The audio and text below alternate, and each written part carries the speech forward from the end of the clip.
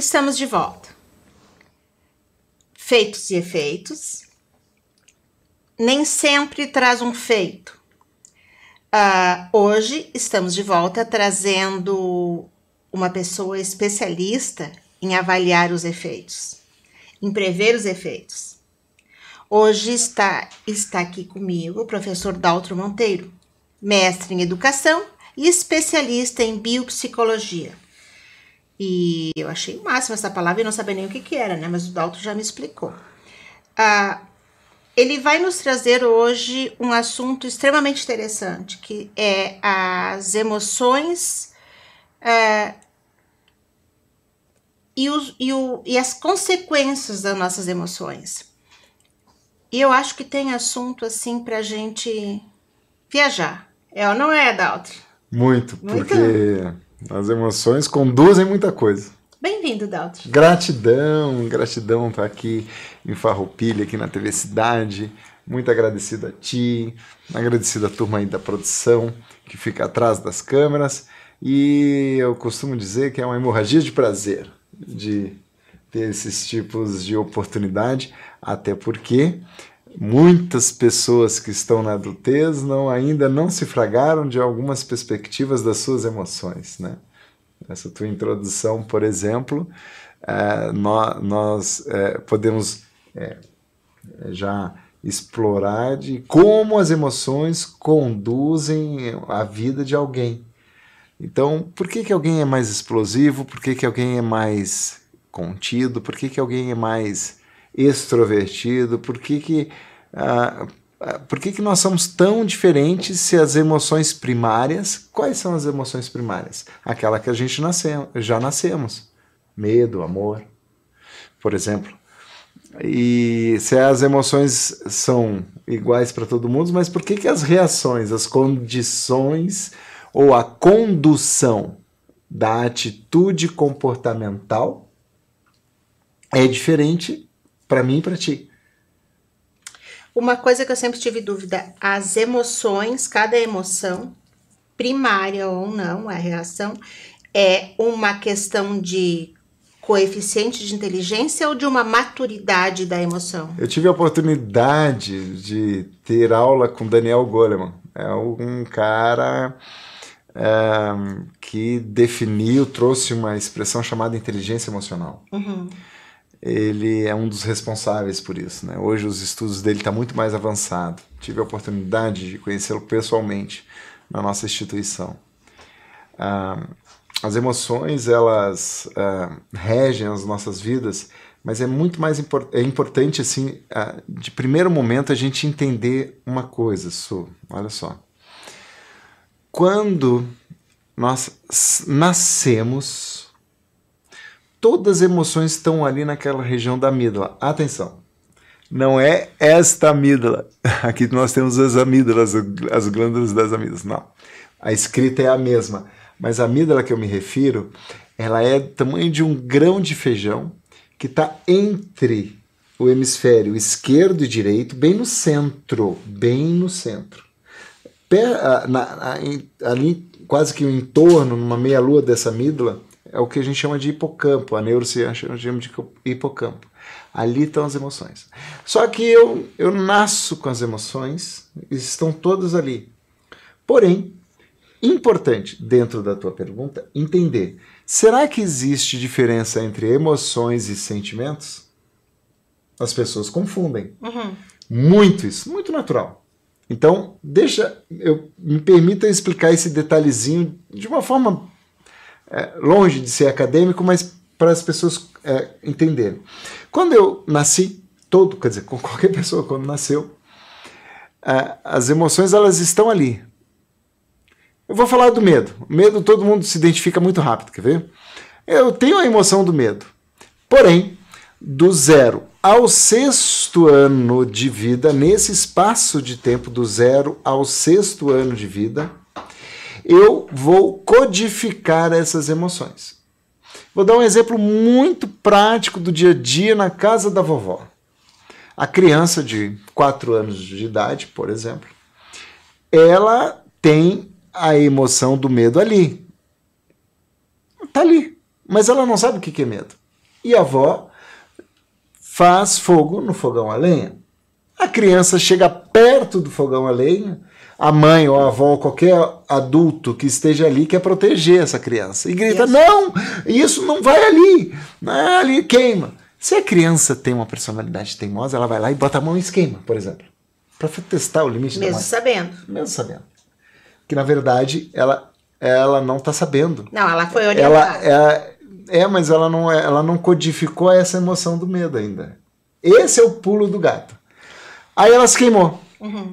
Aí ela começa a entender. Opa, mãe gritou, vó me chamou a atenção porque o fogão queima, eu botei a mão, me queimei, ai, isso é medo. Então, simbolicamente, em primeira instância, para ser bem pedagógico, ela faz a relação que fogão, a lenha, medo, ou seja, aquilo que estava lá no centro da caixa, no meio da caixa craniana, lá na amígdala, lá perto da amígdala, saiu de lá, saiu literalmente de lá e foi para essa região aqui. Popularmente as pessoas chamam de testa, mas um pouquinho atrás, o certo, se chama o lóbulo pré-frontal. É nesta região que eu codifico, racionalizo essa informação. É aqui na frente. Aí, quando ela faz a relação fogão, mãe gritou, me queimei, medo, que ela gera o medo do fogão, por exemplo, ela acabou de transformar aquela emoção que estava aqui no centro e trouxe para cá e virou um sentimento. Então, aí, existe a diferença. Ela uma emoção. Ela codificou. E codificou. Codificou a emoção e aí se tornou um sentimento. Neste exemplo, sentimento do medo. E isso ocorre de 0 a 6 anos. Certo. Atenção! Tem muitos adultos que não codificaram ainda alguns sentimentos. E aí a gente pode entrar numa área que o senhor Sigmund Freud, por exemplo, que foi um precursor muito inteligente, trouxe alguns códigos para isso. O seu Freud foi um cara sensacional, uma visão de vanguarda que até hoje os estudos deles é muito pertinente. Mas eu não quero entrar nessa área. É importante a gente codificar, entender, compreender nessa introdução do programa que existe sim a diferença entre emoções e sentimentos e que esses sentimentos, ou as emoções, vão conduzir a gente a ter atitudes comportamentais boas ou ruins. Transforma um sentimento. Que também não precisamos rotular se é boa ou ruim. Uhum. Eu esperava que tu me dissesse, dá um exemplo. Vou te trazer um exemplo. Não espera tanto de mim. Eu tenho uma outra pergunta que depois que tu exemplificar, eu tô curiosa. Um amigo, um conhecido, trabalhava... Essa história deve ter 30 anos. A gente trabalhava junto e num momento de lanche mesmo, tomando café, uma torrada, alguma coisa assim, ele pega e me diz, não aguento mais essa mulher. Eu digo, que mulher? Não, essa é minha esposa, eu estou na 7ª. E cada uma das esposas que ele teve, que foram 7 esposas, ele teve uma média de 2 filhos. E ele estava trazendo uma queixa, eu estou resumindo, né? Estou tentando administrar o tempo do nosso programa. Mas fica tranquilo. Eu estou resumindo a ópera. Então, ele repetia um padrão comportamental através dos seus sentimentos, independente se ele trocasse de esposa. Ele não codificou algumas coisas e ele mesmo trocando de esposa, ele repetia um padrão comportamental que não interessa qual que seja agora. Não interessa. Ele cometia os mesmos erros. Os mesmos erros. E aí eu provoquei, inclusive, eu digo assim, cara, será que 7 mulheres estão, entre aspas, erradas? E tu é o único certo da história? O único no passo certo. Será? A minha pergunta é realmente nesse sentido. Depois de codificado, tu pode recodificar, tu pode mudar de um sentimento, ou ele, depois de se transformar em sentimento, será sempre aquele sentimento? É uma excelente pergunta, muita bibliografia, estudos recentes, a psicologia positiva trabalha muito essa perspicácia, assim. A questão, a essência maior não é transformar ou mudar o sentimento, não é esse o segredo do negócio. É como você se comporta com aquele sentimento que foi codificado aos 0 a 6 anos. Porque compreenda, medo vai ser sempre medo. Uhum. Eu vou ter medo de, sei lá, atravessar uma rua, eu vou ter medo de pular de paraquedas, eu vou ter medo de dirigir carro. Tem gente que tem pavor de, por exemplo, falar nas câmeras. Tem gente que tem pânico, medo de falar em público. É um medo muito natural, diga-se de passagem. Tem gente que tem uma profunda timidez. Estou conversando com um jovem que me traz essa perspectiva. Que ele tem... A timidez dele é tão profunda que ele tem uma insegurança social de se relacionar. Eu não estou falando dele com mulher, de flertar num bar. Isso também. Uhum. Mas ele se sociabilizar é complexo para ele. Porque tem alguma aresta naquelas codificações lá atrás, na infância, que alguém não apertou aquele parafuso ali. Isso é uma brincadeira, uma metáfora, não é assim. Mas tem alguma coisa ali que... Ou seja, ele tem medo de sociabilização social. Uhum. O medo... o sentimento é o mesmo. O que muda é a atitude perante... Em relação a esse sentimento. Ao que ele vai... como ele vai se comportar. Tem pessoas que são mais salientes. Tem pessoas que têm um humor sutil. Tem pessoas que são debochadas. Tem pessoas que são extremamente egoístas, narcisistas. Tem pessoas que não têm sentimentos no exercício da compaixão. Tem pessoas que têm dificuldades, não é por má fé. Eu não quero sentir isso. Não é assim. Pode ser também. Mas não é só isso. Mas tem pessoas que é difícil gerar empatia. Eu estou te dizendo que essa tua atitude me faz sofrer. O sofrimento é teu. Cara, não tem coração. Não.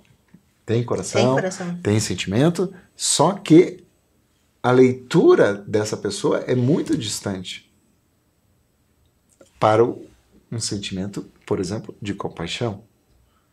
Entende?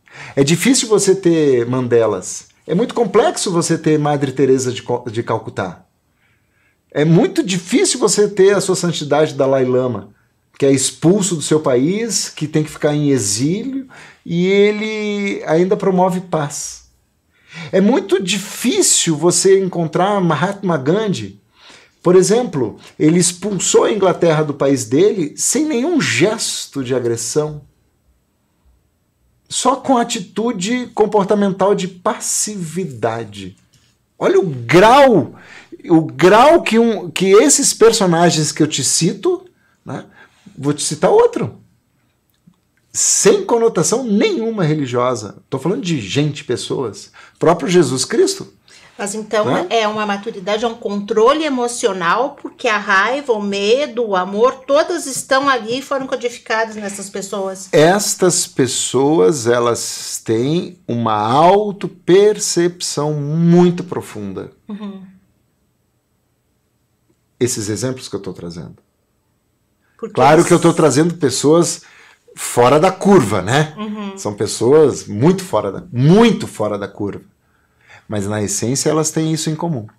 Elas entendem. Por exemplo, eu gosto dos exemplos que eles são pedagógicos. Quer ver? É professor, Daltro. É professor. Eu estou andando na rua e por alguma razão... Não, eu estou dirigindo e sem querer eu cruzei na frente de alguém, fiz uma barbeiragem no trânsito. O cara para do meu lado e ele pronuncia uma atitude que ele supõe que minha mãe tem, usando de palavras de baixo calão. Eu vou ter duas reações. Como eu conheço minha mãe e sei que ela não é do meretrício, isso não me ofende. Porque eu reconheço a minha mãe muito puramente. Então, eu não dou bola. Significa que eu não tenho coração? Não, é que eu conheço minha mãe. Ou ele pode fazer uma outra agressão. Ele pode dizer, ô seu careca! E ele ainda pode botar um adjetivo para questionar a minha sexualidade. Dentro desse contexto, no xingamento do trânsito. Realmente eu tenho pouco cabelo. E sobre minha sexualidade eu estou muito bem resolvido. Então isso não me atinge. Essa é a expressão do popular. O não me atingir é que é Aí, então, significa que a minha autopercepção ela tem tanta clareza que os sentimentos, as emoções de agressividade dele não faz sentido para mim. Charlie Chaplin tem um texto dele fantástico. Um trechinho. Eu não permito, abre aspas, eu não permito ninguém, eu não autorizo ninguém, inclusive a minha família, de me deixar feliz ou triste no dia de hoje. Então você percebe que é um cara que está muito centrado nele. Então quando você tem o centramento das suas emoções, e aí cada um vai achar uma estratégia. É muito perigoso a gente falar de estratégias porque esses exemplos são muito inúmeros. Inúmeros. Tu estaria fazendo uma pergunta para mim assim, qual é a melhor religião? Não tem melhor religião. O interessante é que todas, independente qual seja, vai levar para o mesmo caminho, o denominador final é o mesmo. Jesus Cristo não tinha religião, né? Só muda o trânsito. Então não é porque algum telespectador, alguém que está nos assistindo vai dizer, tá, então me diz qual é uma terapia melhor. Não é isso. O que é mais importante é você você buscar você. Esse é um passo muito interessante.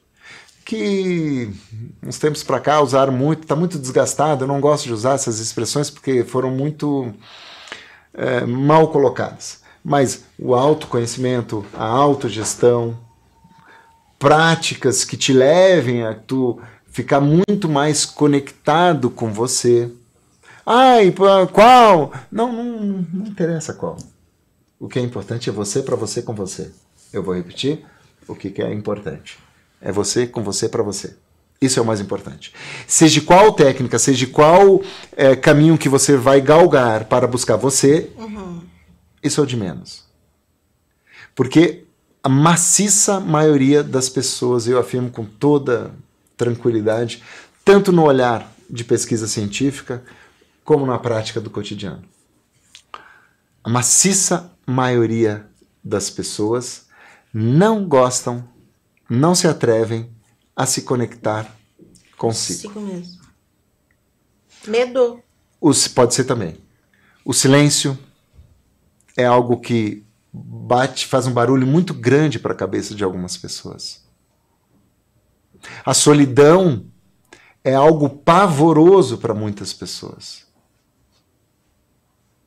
O estar com você sozinho, para muitas pessoas, isso é um pavor. Eu tenho sempre não ouvi em lugar nenhum, mas eu digo assim, no momento que um suicida, por exemplo, tira a própria vida, né? Claro, todo suicida é uma redundância, tira a própria vida, mas assim... O ato de tirar a vida. O ato de tirar a vida, eu acho que é extremamente egoísta, mas ao mesmo tempo, né, tem que ter muita coragem. Só que assim, uma coisa que não passa pela cabeça, nem inconscientemente, eu acho, é que ele vai se levar junto. Então ele tá fugindo dele mesmo, né? Imagina o processo emocional para chegar nesse ponto, né? É muito complexo isso, é muito complexo explorar essa ideia, porque a individualidade emocional foi tão abalada e se perder a estrutura para chegar a esse ponto... E o sucesso Ao contrário agora. O sucesso... O outro lado da moeda. O outro lado da moeda. O sucesso de alguém que consegue controlar as emoções, só que assim, o professor, antes de nós começarmos a gravação, por exemplo, tu falaste nesta profissão, o professor. Gente, é assim, ó, são 40 crianças que chegaram com uma emoção completamente diferente naquele dia e que no dia seguinte não vai ser a mesma. Sensacional. E que né? Então, assim, tu tá lidando com vidas e tu tem que passar informação para aquelas pessoas. Tu tem que ter a percepção. Eu, como professora, eu desenvolvi, que eu só me dei conta muito tempo depois, que assim, Suzy, tu é vidente? Não, eu não sou. Só que assim, a gente tem que observar como professor que hora exatamente aquela mente está aberta para receber informação, que o meu papel lá é informar, né? Não é educar. Mas assim, em que momento emocional ele vai estar vulnerável a aceitar aquela informação. Eu vou para um outro caminho que é o mesmo, o que tu colocas de uma forma muito legal. Se você assistir um filme brasileiro chamado Cidade de Deus, o fechamento do filme é extraordinário. O autor, o diretor, ele fez aquilo de propósito. Cidade de Deus, a história de como começa uma parte do Rio de Janeiro, nos anos 70, né? E o tráfico de drogas, aquela coisa toda e tal. Decorre todo o processo do filme. E no final, os bandidos que estão entre o final da juventude e início da adultez morrem pela violência. Só que as crianças que estão ali assistem todo o processo da criminalização, de como ocorre o crime, o roubo, o tráfico. Eles enxergam, vivem aquilo. Essas crianças, elas não têm um olhar diferente de como é a sociedade num outro campo. Elas só enxergam aquilo. E o filme se encerra exatamente assim. Morre todo mundo. E antes do filme dar o fim, as crianças assumem aquele lugar dos bandidos mortos. Dizendo que a criminalidade vai continuar, porque justamente essas crianças estão repetindo um padrão social a qual esse contexto. E quando eu falo de contexto, eu sempre me lembro de um autor chamado Levi Vygotsky, um bielorrusso que mostra muito bem que nós somos aquilo, a ressonância do contexto que a gente vive. Eu não vou explorar, mas eu posso dar uma dica. Por que eu dirijo diferente em Farroupilha e dirijo o mesmo carro, o mesmo trânsito em Gramado é diferente? O contexto de Gramado mudou. E se você dirigir desta forma em Caxias do Sul, você vai ter problema. E se pegar essas 3 formas e dirigir lá em Porto Alegre, você vai ter outro problema. Problema não, mas você vai precisar se adaptar, porque não se conduz o carro da mesma forma. Porque trânsito não é feito por ruas, trânsito é feito por pessoas. Trânsito não é feito por carros, trânsito é feito por pessoas. Seja quem está dirigindo, que seja pedestre, seja lá o que for. É por pessoas. E o exemplo que tu traz da professora é o que me motiva a estar nesta área. Porque o que eu mais acredito é que toda a perspectiva de projeto político-pedagógico tem que existir, tem que instrumentalizar o professor, tem que fazer tudo. Mas ninguém pensa que são 40 emoções, no exemplo que tu traz das crianças, são 40 vivências, são 40 famílias, são 40 contextos, são 40 emoções, são 40... Tudo ao mesmo tempo. Então, é uma prática cruel, um pouco cruel. E aí é muito clássico que você vai ter, por exemplo, características profissionais com níveis de estresse potencializados. Pessoas que trabalham na saúde, policiais militares, bancários, professores. São uma população que tem níveis de estresse bem acentuado, porque tu tem que fazer gestão das emoções dos outros, tu não faz nem a tua direito, como é que tu vai fazer do outro? Exatamente. Entende? Então é muito complexo isso. Mas o que é mais importante? que a gente já está quase no final, que as pessoas precisam entender que o mais importante é se auto-perceber. Se o outro me faz uma crítica, se o outro... Críticas são críticas, já dizia a família Gasparetto. Críticas são críticas. Ai, eu vou te fazer uma crítica positiva. Não tem crítica positiva e não tem crítica negativa. Crítica é crítica, ponto. O que torna ela positiva ou negativa é como eu codifico aquilo que eu ouvi. Então por que se o cara chegou para mim e disse assim, ô seu careca, não sei o quê. Eu não quero usar o palavrão mais. Ô seu cara, minha sexualidade está inteira, tá tudo tranquilo. Para mim tá tudo bem. Para mim tá tudo bem estar assim. Então, metade tu acertou, metade tu não acertou e eu não me lindro com isso. Então se eu tiver uma integridade, integridade não, se eu tiver uma lucidez de como eu estou neste contexto, o outro não vai interferir. E eu não permito que o outro interfira nas minhas emoções, sentimentos. Eu vou interferir o Daltron agora, porque ele tem razão. Assim, é muito assunto. Então, agora nós vamos nos despedir. E eu convido a todos que continuem nos acompanhando neste mesmo assunto.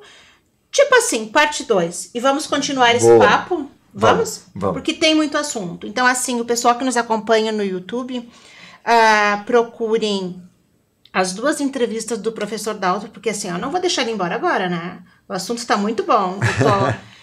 Eu não sei se eu tô aprendendo ou se eu tô me enosando cada vez mais nas minhas... Eu acho que é nas emoções. Nas emoções, dos 6 anos. Mas assim... Obrigada pela presença do professor Daltron aqui comigo, e o pessoal de casa, dá um tempinho de fazer assim, tomar uma água e procurem a próxima gravação, que vale a pena. Até breve. Até o próximo segundo.